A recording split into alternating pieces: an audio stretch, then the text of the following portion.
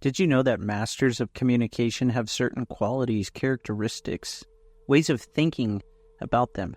What if you were able to hear about those qualities and characteristics and those ways of thinking now, try those onto yourself so you can also be that person, so you could master communication, meaning that you could influence yourself and others, you could persuade yourself and others, and you can help everyone get what they want. So that's what we're going to talk about here. My name's Alex Morgan, and I help you align your actions, your beliefs, your dreams, and your thinking so that you can achieve success.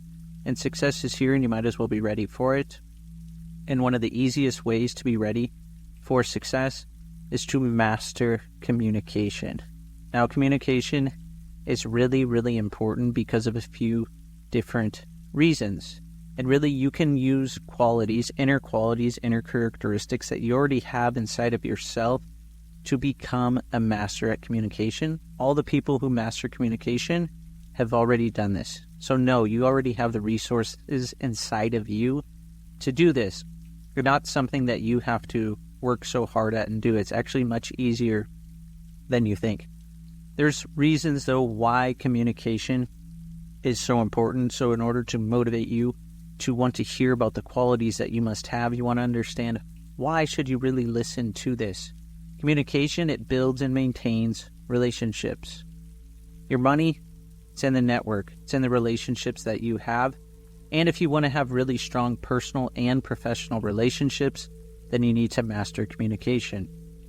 It drives that personal and professional success. It also enhances clarity so that anytime that you're speaking with someone, you're going to know exactly how to get that point across so they most understand it in their model of the world. You already know how you operate in your model of the world and the style of communication that you want to see, hear, and feel. Why not be able to do this with other people, though, so that they completely understand everything that's going on? So some of these characteristics, now that you understand why you should really listen to this and why you should really master communication. So if any of those things sound useful for you, then the characteristic that you want to have, the first one, there's many, is empathy. This is where you're able to understand and share the feelings of others. So this helps you communicate because you can anticipate the needs, emotions, and perspectives of people, meaning that you can build trust and connection. So if you think empathy is a little too much, really understanding the feelings of others, it's also okay to really have compassion, where you know what this person is feeling. However, you're not going so far to where you're also wanting to feel this as well. One of the things, it's funny, one of the trainings that I did before I became a trainer of hypnosis and NLP is I was doing an exercise with this person and they were worried kind of about the script of the technique. And I told them, I said, look, I trust you. So as long as you have compassion, it doesn't matter what you say. I'm trusting in the process and I'm trusting in you. So as we practice this right now, as long as you keep that in mind and hold that belief in mind, then I'm going to get the results that are expected. And that's what truly matters.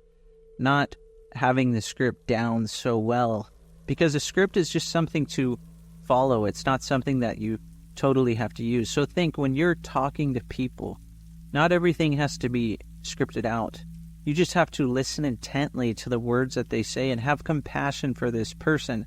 And that will build deep unconscious rapport, trust, connection, empathy, and compassion.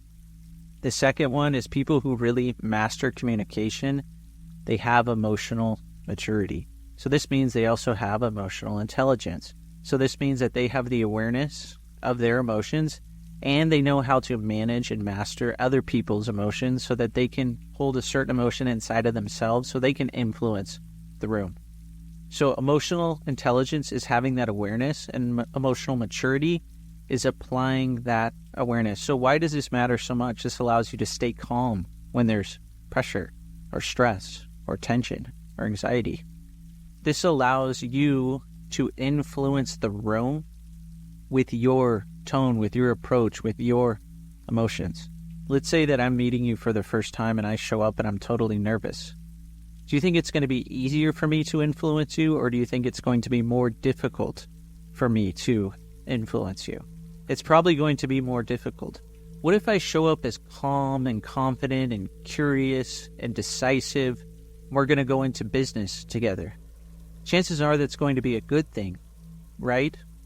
So if I'm on a sales call and I want someone to sign up for one of my trainings, or I want to really help someone and they're not sure, I need to show up in a nice, motivated, decisive, calm state where I'm ready to do something so that the other person can also pick up on this and I can then influence them with my state. So you need to have the awareness of the emotions in the room, and you need to know how to apply those emotions. And I'm not even really talking about communicating and saying anything.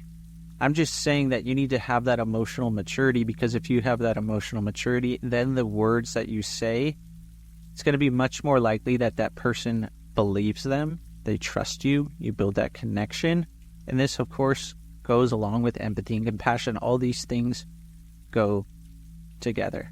The third one is confidence, which also leads to competence. So you need to have the confidence in your abilities to express the communication clearly, effectively, influentially, persuasively.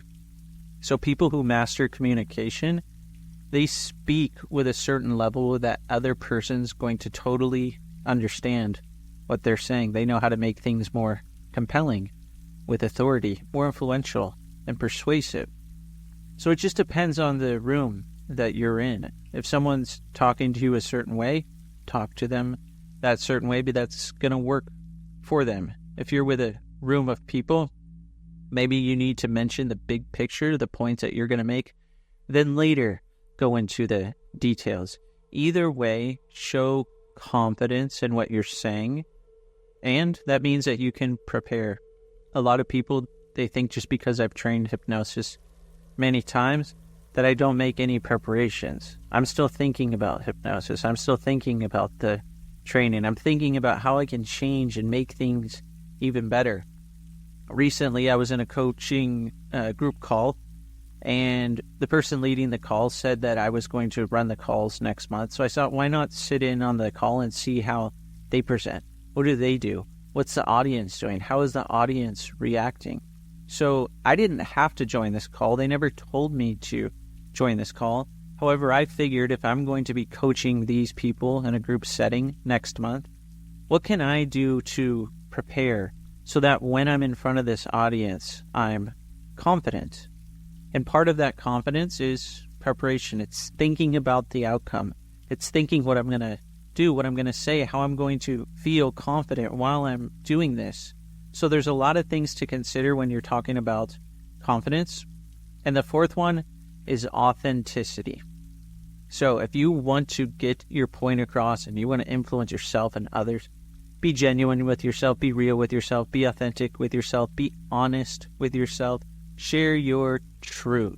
That's what you need to do in all of these interactions. Because people, I'm sure you can, you're an intelligent person, you can sniff this out from a mile away if someone's not being authentic, if they're not being credible, if they're, not really listening to what you're saying.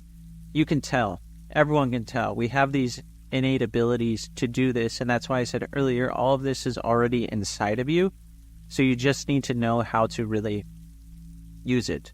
So how do you be your authentic self? You'll know, because when you interact with people, you'll be able to feel that too, and you'll know if people are real or they're not. And if you're being your real self, you're naturally going to attract people who are authentic, who are real, who are genuine, who are honest, who are trustworthy, all of these wonderful things. So you don't really even need to have that much patience. Just have a mind of curiosity to apply these different things, that empathy and that compassion, that emotional intelligence and emotional maturity, that confidence and that authenticity. And the more you apply all of those things, the easier it's going to be. And remember, all of these things are already resources inside of you. I'm not asking you to go take a class, take a training, watch a bunch of other content. Just think, what would you do if you're really compassionate with another person? What if you were aware of the emotions and knew how to use them? What would you do if you were really, really confident while communicating? And what would you do to be genuine and real? You already know the answers to these questions. So definitely share this with someone who you think will benefit. If you haven't already, go ahead and like the audio and subscribe to the channel. I really appreciate everyone who's been subscribing lately.